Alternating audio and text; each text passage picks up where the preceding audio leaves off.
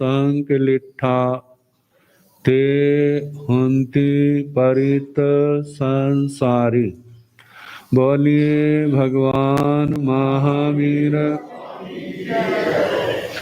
पावन चरित गुरुदेव जी। बंधु मन वच काये, भव सागर को तरण में करो हमारी सहाय।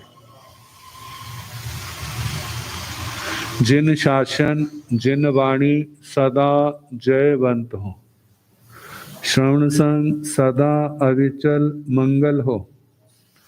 मुक्ति को प्राप्त श्रमण भगवान महावीर स्वामी, उनकी परम पावन कल्याणी भागवती वाणी, वाचक प्रमुख श्री इंद्र भूति गौतम आदि गणधर भगवंत, जुग प्रधानाचार्य परम पूज्य श्री सुधर्मा स्वामी जी महाराज, उनकी परम पावन पाठ परंपरा, वर्तमान आचार्य ध्यान योगी परम पूज्य श्री शिव मुनि जी महाराज एवं गुरुजन सबके पावन चरण सरोजों में मेरा अनंत अनंत बार वंदना नमस्कार।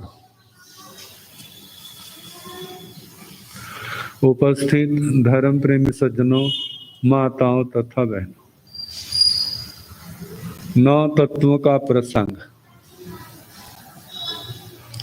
जिसमें अब जीव का वर्णन आएगा। जीव क्या चीज है? कहते देखो हम जीव हैं, लेकिन अपने बारे में कितना जानते हैं? दूसरों का परिचय दे देंगे, लेकिन अपने बारे में हम कैसे हैं, वह कैसा है, उसकी परिभाषा बना देगा, लेकिन मैं कैसा हूं इसके बारे में जबान बंद हो जाती। दूसरे के बारे में बोलना हो तो एक जबान कम पड़ती है, सोचते 10 और हो जाती तो काम आसान हो जाता। लेकिन जब अपने बारे में बोलना हो, केवल एक दिन का वही खाता अपनी जबान पर दूसरे के सामने ले आओ। एक दिन का आज क्या सोचा, आज क्या सोचा, विचारो भला, क्या सब कुछ जबान से बोल सकते हो? नहीं बोला जाएगा। और दूसरे के बारे में बोलना हो तो फिर उसके सौभाग्य से बच जाए तो बात अलग, लेकिन बोलने वाला कसर नहीं छोड़ेगा। कहा देखो अपने आप को जानो। जानने का मतलब मैं क्या करता हूं, क्या सोचता हूं, क्या बोलता हूं। 3 ही तो बातें हैं, सोचना, बोलना और करना। इसको जानो। जो हम सोचते हैं, बोलते हैं, करते हैं, क्या ये सोचने योग्य है, क्या ये बोलने योग्य है, क्या ये करने योग्य है, इनको जानो। नहीं है योग्य तो उसको छोड़ो, छोड़ने का प्रयास करो। और करने योग्य है, बोलने योग्य है, सोचने योग्य है तो फिर क्या करो? उसकी अनुमति है वो करो, सोचो, बोलो। कहते जिस बात को हम दूसरे के सामने बोल सकें, बोलने में कोई झिझक नहीं, इसका मतलब बुरी नहीं होगी। और जिसको बोलने में झिझकना पड़ता है, ना बोलूं तो ठीक है, तो इसका मतलब वो अच्छी नहीं है।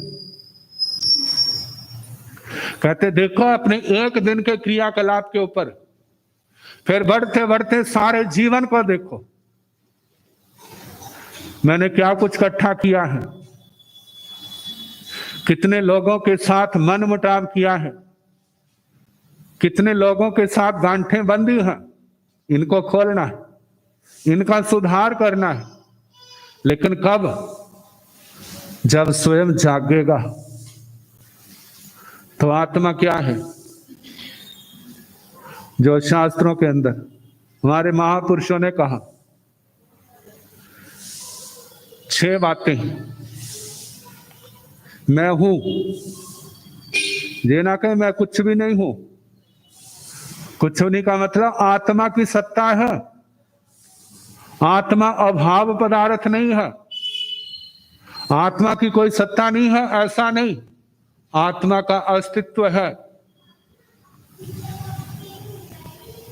जिसका अस्तित्व होता है वह द्रव्य शाश्वत होता है। पहली बात, मैं आत्मा हूं, चेतन, संवेदना, अनुभूति जो मेरे अंदर पाया जाता है, आपके अंदर पाया जाता है, इसलिए आत्मा चेतन सत्ता कहते हैं।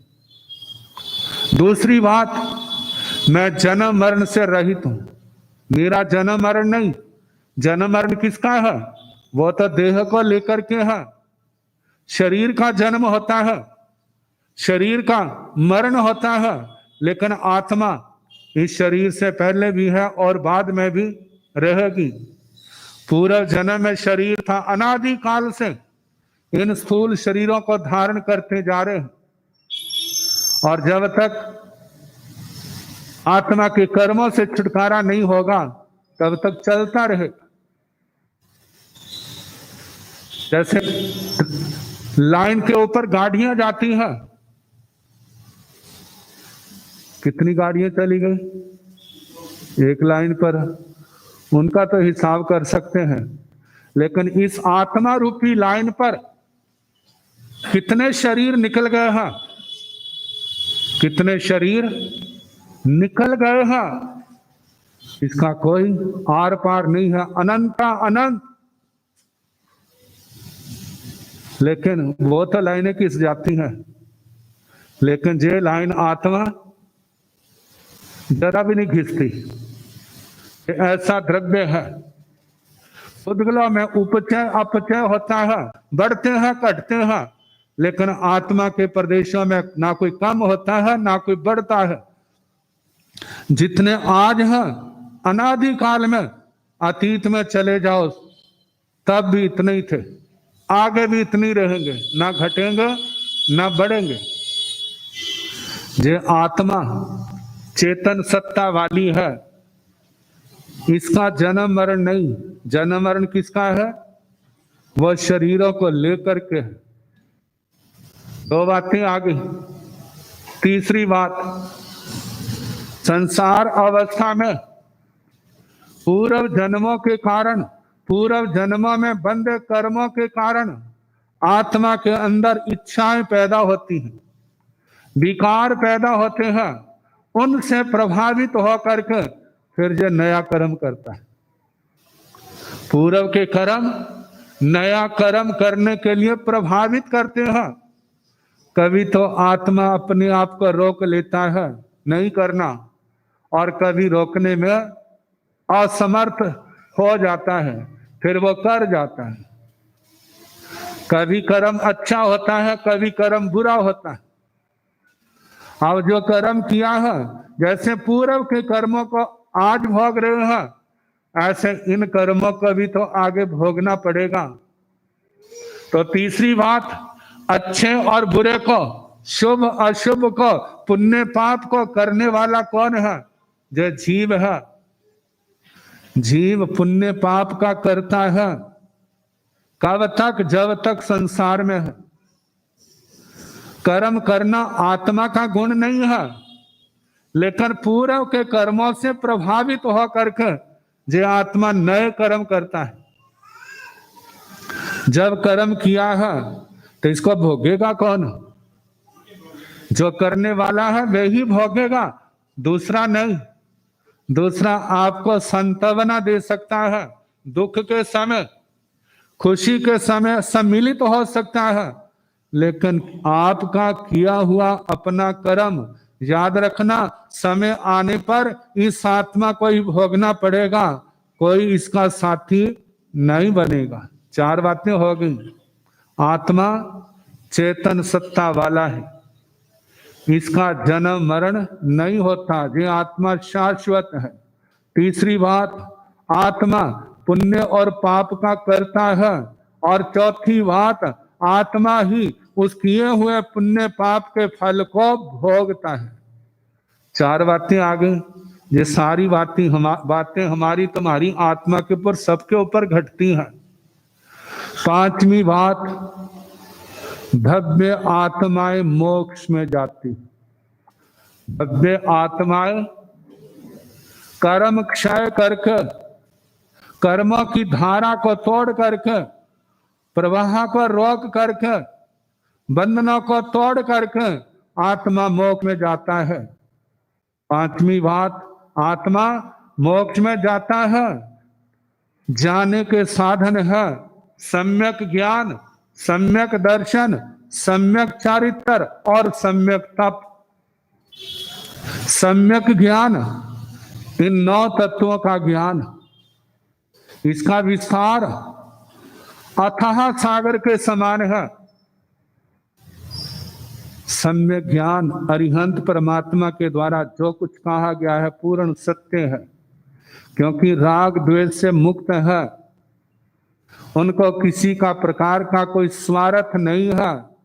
जो बताते हैं जन साधारण के लिए, उसके उपकार के लिए, उसके भले के लिए बताते हैं। आत्मा का भला धन दौलत से नहीं होगा, आत्मा का भला इस ज्ञान दर्शन चारित्र तप से होगा। किसी व्यक्ति को कोई कितना धन क्यों ना दे दे, आखिर एक दिन क्या होगा, वो समाप्त हो जाएगा। धन देने की अपेक्षा संसार की कला जिसके माध्यम से धन कमाते हैं, उससे उसका ज्यादा उपकार होता है। खत्म हो जाता है तो फिर कमा लेता है, लेकिन इससे आत्मा का कल्याण नहीं होता। हाँ, सदुपयोग करे तो सन्मार्ग के दरवाजे खुल सकते, दुरुपयोग करे तो वह दरवाजे बंद हैं और गाड़े बंद हो जाएंगे। तो भगवान ने इस आत्मा के ऊपर, जीवों के ऊपर अनंत उपकार किया है। उन्होंने जो सम्यक ज्ञान दर्शन चारित्र तप का उपदेश दिया है, सम्यक ज्ञान के द्वारा यथार्थ जानकारी होती है। सम्यक दर्शन के द्वारा सत्य के ऊपर विश्वास करना, जे विश्वास जे मोक्ष का मार्ग है। 18 पाप जे आत्मा को संसार में भटकाने वाले हैं, जे विश्वास आत्मा के अंदर होना चाहिए। फिर उसके बाद जो काम नहीं करने, जिनको करने से आत्मा का संसार बढ़ता है, वे 18 पापों का त्याग करना, वो सम्यक चारित्र और सम्यक तप है। ये सब कुछ धर्म आराधना आत्म शुद्धि के लिए करनी, संसार के भोगों के लिए, संसार के सुखों के लिए नहीं। क्या लक्ष्य रखना, मेरी आत्मा निर्मल हो, मेरे कर्मों के बंधन टूट जाए, इसके बदले संसार का कोई सुख नहीं चाहिए। मेरी आत्मा निर्मल हो, ये भावना रखें। और सम्यक तप, तपस्या करनी, इच्छाओं का निरोध करना, किसके वास्ते, पूर्व के बंधे हुए कर्म टूट जाएं। जो आत्मा इस मार्ग पर चलता है, एक दिन आने वाले कर्म रुक जाते हैं और बंधे हुए कर्म टूट जाते हैं, और आत्मा कर्मों के बंधन से मुक्त होकर के इस अनादि अनंत संसार के चक्कर को पार कर जाता है। आत्मा सिद्ध गति को प्राप्त हो जाता है। यही आत्मा परमात्मा के रूप को प्राप्त हो जाता है। इस विशुद्ध आत्मा में और उस परमात्मा में किसी प्रकार का कोई अंतर नहीं है। ये 6 बातें। पहली बात, आत्मा है, चेतना जिसका लक्षण है। दूसरी बात, जो जन्म मरण से मुक्त ऊपर है, जो शाश्वत है, अनादि अनंत है। कर्मों के कारण से जन्म मरण करने पड़ते हैं, लेकिन आत्मा पहले कभी नहीं थी, ऐसा नहीं है। सब जीव अनादि काल से इस चक्कर में, इस लाइन पर चल रहे। जिनके कर्म खत्म हो जाते हैं वो इस चक्कर से मुक्त हो जाते हैं सिद्ध गति को, और जिनके नहीं होते वो इस संसार के चक्कर में फंसे हुए। तो जन्म मरण से रहित। तीसरी बात, पुण्य पाप को करने वाला कौन है? जो आत्मा है, अच्छे बुरे कर्म करने वाला, और उनके फल को भोगने वाला भी कौन है? यही आत्मा है। भव्य जीव मोक्ष को जाते हैं, जन्म मरण से मुक्त होते हैं, संसार के आवागमन के चक्कर से सदा के लिए मुक्त हो जाते हैं। और मुक्त होने का मार्ग, छठी बात वो क्या है? सम्यक ज्ञान, सम्यक दर्शन, सम्यक चारित्र, सम्यक तप। ये 9 तत्व के अंदर ये सारी बातों का समाधान आएगा। तो आत्मा जीव है। संसार में कर्मों के कारण नाना पर्याय। 25 बोल का पहला बोल है गति 4। पहला बोल गति 4। नरक गति, त्रियंच गति, मनुष्य गति, देव गति। सोचो भला आप कौन सी गति में हो? 4 गतियों में है। कौन सी गतियां हमारी और आपकी? मनुष्य गति। नरक गति में कौन आते? जिन्होंने मनुष्य यात्रियांश भव में बहुत पाप किए, भाव पूर्ण करने के बाद नरकों की ओर चले जाते हैं उस संसार में, और वहां पर अपने पापों की सजा भोगते। त्रियंच गति पशुओं का संसार। कितना पशुओं का संसार है, बहुत विस्तार वाला। मनुष्यों का संसार हमारे सामने, देवों का संसार हमारी आंखों से ओझल। हमारे शरीरों की अपेक्षा से उनका शरीर सूक्ष्म है। जैसे देखते हैं ना, इस हाल के अंदर जो स्थूल चीजें बहुत दिख जाती हैं, लेकिन हवा दिखती है? हवा दिखाई नहीं देती। और कितने सूक्ष्म परमाणु है इस आकाश के अंदर, वो हमारी नजरों में नहीं आते। यदि आपके मोबाइल का स्विच ऑन है, जब कोई संपर्क करेगा तो आपकी घंटी क्या हो जाएगी? वो घंटी कैसे बजी है भला? उसको किसने बजाया है? वो व्यक्ति कहीं पर है, वहां पर उसने नंबर मिलाया है और आपका मोबाइल बोलने लग पड़ा है। लेकिन बीच में संपर्क सूत्र कौन है?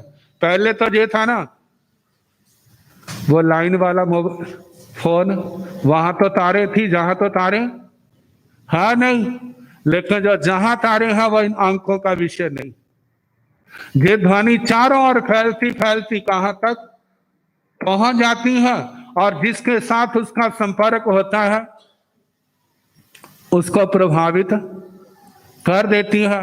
पुराने जमाने में बहुत नहीं, किसी को अचानक स्वस्थ है, छींक आती ना, तो क्या करते थे? क्या सोचते थे? कोई याद कर रहा है। तो किसने बताया भला? जो अंदर खाते जो चल रहे हैं ना संपर्क, वह आपकी आंखें फड़कने लग पड़ी। इसका मतलब कुछ होने वाला है। बाई है, दाई है, लक्षण शास्त्र के अनुसार उसने अपना प्रभाव दिखाना है। अंदर खाते हो रहा है, कितना कुछ है, लेकिन हमारी आंखों के सामने नहीं है। तो ऐसे देवों का संसार बहुत बड़ा है। भगवान महावीर स्वामी सर्वज्ञ सर्वदर्शी थे। 14 राज्य लोक प्रमाण, जितना बड़ा लोक है, लोक अलोक कहां पर क्या है, उनसे कुछ भी अदृश्य और अज्ञात नहीं था। और उन्होंने यथा संभव जितना हो सका 29 साल 5.5 महीने में जितना को हो सका उन्होंने बताने का प्रयास किया। लोगों ने कितना ग्रहण किया, गणधर भगवंतों ने ग्रहण किया, आगे चलाया। जैसा जैसा भाग्य जिसका उसके अनुसार उसको मिलता गया। तो ये 4 गतियां, नरक गति, त्रियंच गति, मनुष्य गति, देव गति, इनके संबंध में कल जैसा अवसर होगा सुनाने का प्रयास किया जाएगा। समय हो चुका है।